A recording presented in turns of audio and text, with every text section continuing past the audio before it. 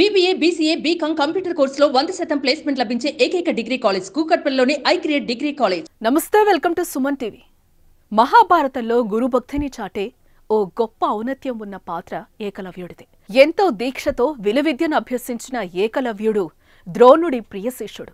మేటి విలుకాడైన అర్జునితో సమానంగా నైపుణ్యాన్ని సాధించగలిగాడు. గురువు మాటను శిరసావహించేవాడు. గురువుకి దక్షిణగా తన బొటనవేలు ఇచ్చి చరిత్రలో నిలిచిపోయాడు. అచ్చం దానికి పోలే కథే ఇక్కడ చోటు చేసుకుంది. అక్కడ గురువు కోసం బొటనవేలును ఏకలవ్యుడు త్యాగం చేస్తే, ఇక్కడ దేశం కోసం ఓ హాకీ ఆటగాడు తన ఉంగరపు వేలును తొలగించుకుని ఔరా అనిపించుకుంటున్నాడు.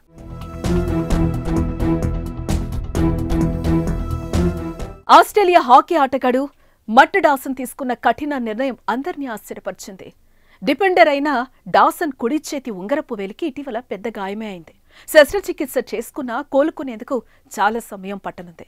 అదే జరిగితే ఈ నెల 26 నుంచి ప్రారంభం కానున్న ఒలింపిక్స్ కు దూరం అవుతాడు. దీన్ని జీర్ణించుకోలేకపోయిన డాసన్ ఎలాగైనా దేశం తరపున ఒలింపిక్స్ లో ఆడాలని నిర్ణయించుకున్నాడు.